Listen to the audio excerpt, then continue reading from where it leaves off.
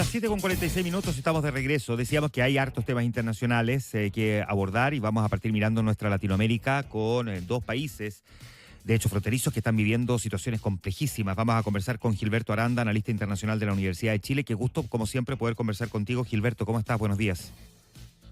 Hola, muy buenos días, Juan Manuel. Un placer estar con ustedes. Gilberto, parto preguntándote por la situación compleja que se está viviendo en Ecuador. Ya vamos a ir también a Perú, pero hablemos un poquitito de lo que está pasando en Ecuador, que tiene una situación de tensión que ha venido aumentando y una espiral de violencia que no está dando tregua. Hemos visto un atentado que sacudió a Guayaquil. Démosle un contexto. ¿Qué es lo que está pasando hoy en Ecuador? Bueno, desde luego ya estamos hablando de tres atentados en la zona de Guayas, al sur de la capital eh, andina y, por cierto, muy cerca de Guayaquil. El contexto es que tenemos una concatenación de dos crisis, la de seguridad, que a pesar de toda la militarización y la declaración de conflicto armado interno que ha hecho el año pasado el presidente Noboa, a pesar de aquello, Eh, la verdad es que hoy tenemos un 47% de muertes más que el año pasado. Y al mismo tiempo está la cuestión de la estabilidad comprometida porque tenemos hace 4 semanas protestas en algunos momentos más masivas que en otros, pero protestas al fin de la Confederación Nacional o Confederación de Nacionales Indígenas del Ecuador, la CONAIE, que está en la calle pidiendo una serie de cuestiones como desde la reducción del IVA hasta la restitución de los subsidios al diésel, y por lo tanto podríamos decir que tanto la crisis de seguridad como la inestabilidad provocada por las protestas están afectando el desempeño de un gobierno que hace no mucho tiempo asumió otro periodo. Ya, ¿esto qué significa en la práctica para el Ecuador? Porque en algún momento era considerado una especie de oasis de paz Ecuador. Claro, una isla de paz, efectivamente, significa que esos años quedaron atrás y que básicamente hace década y media se ha ido desgastando todo lo que es la seguridad ciudadana, el crimen organizado, el narcotráfico, a través de una serie de bandas como los Lobos, se han instalado en Ecuador y han comprometido lo que es la seguridad pública. Pero eso yo diría que es un fenómeno que tiene década y media o algo más.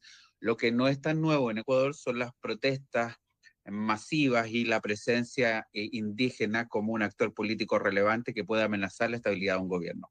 Ya. La situación del presidente Noboa era crítica desde que asumió, ¿no? Él le tenía digamos, todo en contra, ¿no? Pero hay quienes apostaban a que iba a poder resolver la situación. Habíamos visto violencia al interior de las cárceles fundamentalmente, pero no solamente eso, sino que era más bien el reflejo de lo que ocurría fuera de las cárceles. ¿El presidente Noboa ha logrado avanzar o por el contrario ha venido retrocediendo en términos del control de la delincuencia? Porque yo sé, visto lo que ocurrió en Guayaquil, la respuesta pareciera llegar solita, ¿no? Pero tratemos de mirar esto un poquitito más si se quiere, en un contexto un poco más amplio, en términos cronológicos.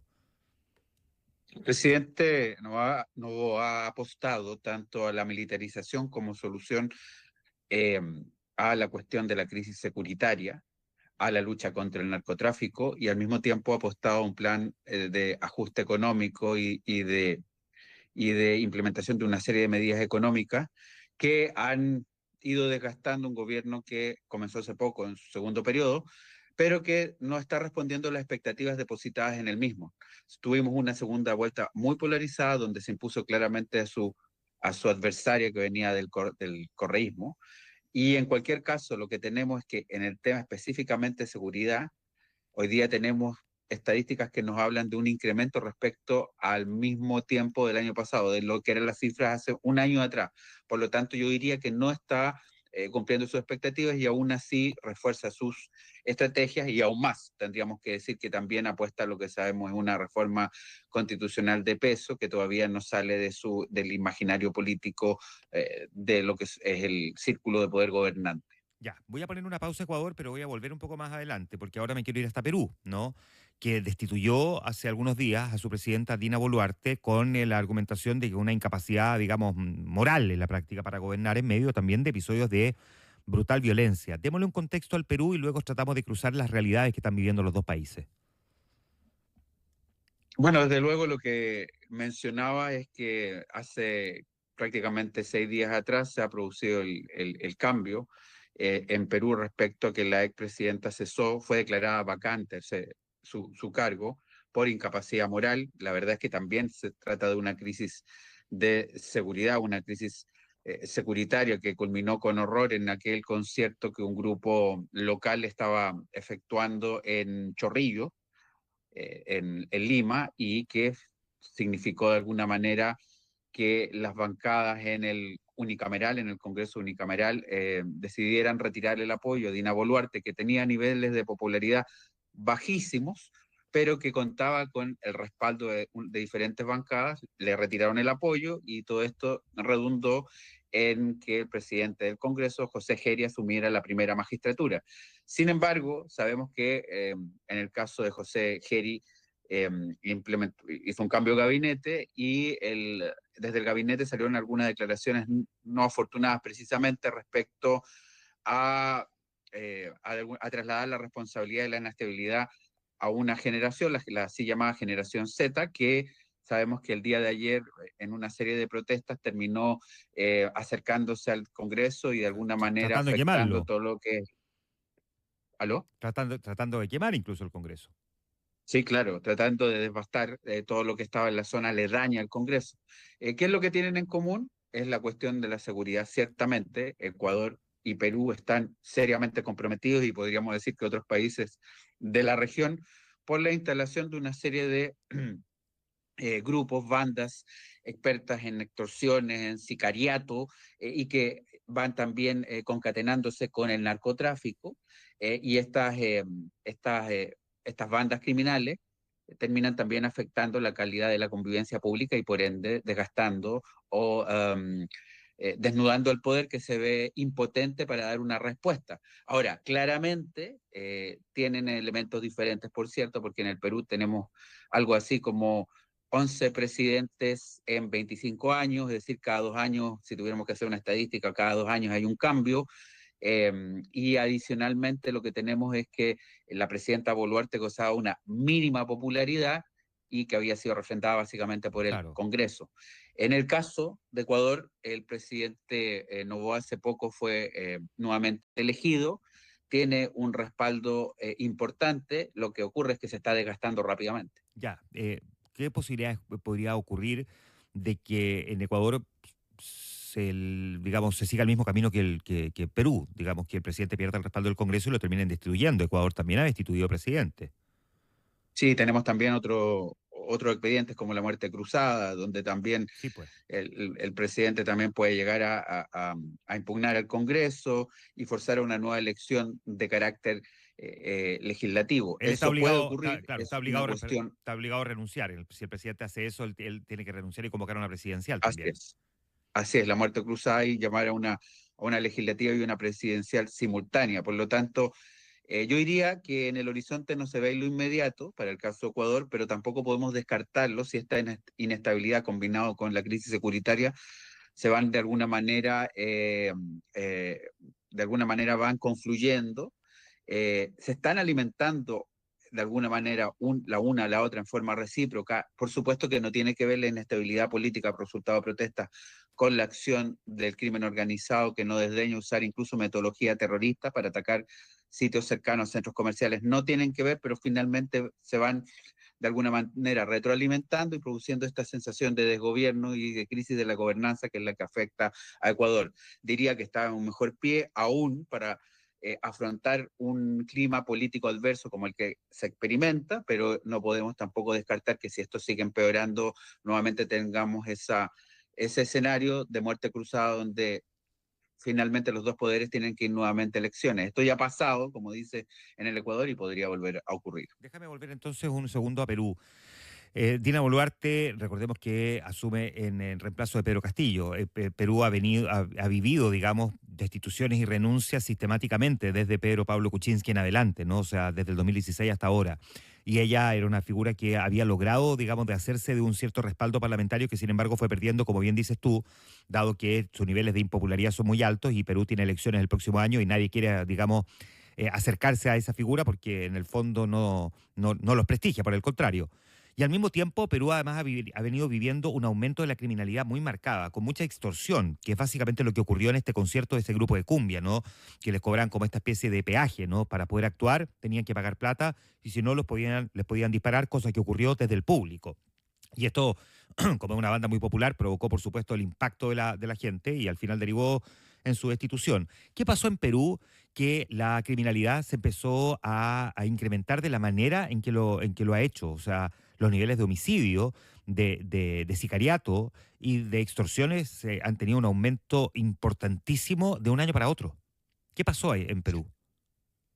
Bueno, creo que lo que ha sido común en la región, e incluyo Perú desde luego, es que las bandas criminales, el crimen organizado ha ampliado su zona, sus territorios y se ha ido de alguna manera extendiendo a diversas zonas, entre otras cosas por la focalización de la lucha en determinados países. Se buscan otros espacios que estaban menos resguardados, que no queden demasiado lejos y donde se puedan usar también ciertas plataformas para enviar determinados cargamentos de ilícitos, no solamente droga, pero también droga hasta otros lugares. También le pasa a Chile, desde luego, que se transforma en un puente para una serie de ilícitos respecto a enviar determinados cargamentos a otros lugares. Lo que pasa con Perú entonces una expresión, un fenómeno que es común a la región respecto a que en los últimos años las bandas criminales han expandido su territorio, su zona eh, de asentamiento y por supuesto en el caso del Perú ha llegado a estos niveles que son realmente espeluznantes, tal como decía el sicariato, la extorsión y otra serie de actividades parecieran estar removiendo las placas tectónicas del poder político peruano. Ya, y en ese contexto internacional, ¿cuánto de responsabilidad podría tener Venezuela? Porque muchos apuntan a que, digamos, el éxodo de venezolanos a estos países latinoamericanos, incluyendo el nuestro, pero a esos países, de alguna manera, claro, llevó lo bueno y también llevó lo malo. Bueno, para poner las cosas claras, Venezuela es un pasadizo vía Caribe para el tráfico de droga hacia diferentes puntos. Pero más o menos debe ser el 5% del total regional, es decir, lo que pasa por Venezuela es menor respecto a lo que son otros envíos de droga y otro tipo de actividades que hay, por ejemplo, en la zona del Pacífico colombiano, por citar solo alguna.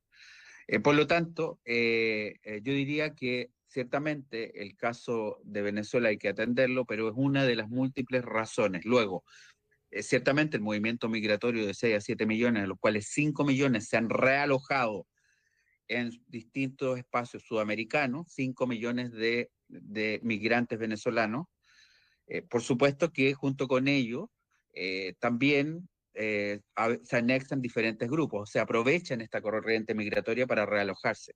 Lo importante, a mi juicio, es prevenir. Por supuesto, entiendo que todos los estados tienen la misión de resguardar su frontera y saber quién entra y quién sale. Esto es muy importante. Y al mismo tiempo no estigmatizar a la amplia corriente de migrantes que salen de su país, Venezuela, por cuestiones de precariedad de vida y más allá, muchas veces de persecución política. Por lo tanto, en ese contexto me parece que es un factor explicativo, entre otros. Y por último, aprovecho de preguntarte también por esta tensión que pareciera viene increciendo, ¿no? Entre Estados Unidos y Venezuela, con un presidente Donald Trump que está decidido a seguir actuando en el Mar Caribe, pero con un cuestionamiento bien severo también por parte, perdón, de la oposición norteamericana, ¿no? El Partido Demócrata, que le cuestiona el que no haya pedido autorización al Congreso para poder hacer lo que está haciendo.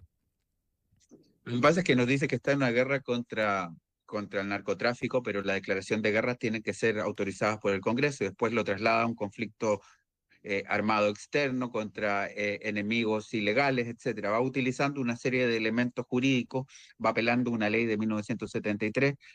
Y bueno, lo que me parece claro el día de ayer, donde ya el propio presidente Trump ha dicho en forma evidente que no descarta las operaciones, no, sino que las descarta, que está autorizada la CIA para operaciones encubiertas. Usted comprenderá que cuando se anuncia una operación encubierta, deja de ser encubierta. Me parece que los propósitos van más allá de la lucha contra el narco, me parece que es evidente. Ujú. Evidentemente se está intentando un cambio de régimen en Venezuela, un régimen que sin lugar a dudas es autoritario, es una dictadura, pero se está intentando forzar o amenazar desde afuera. Así que creo que acá se van acercando estos dos temas, que es el tema de la guerra contra el narco, el conflicto contra el narco, que es muy importante para Estados Unidos y de cara a su opinión pública, pero también las intenciones de provocar un cambio en la constelación de poder en Venezuela, la Venezuela madurista.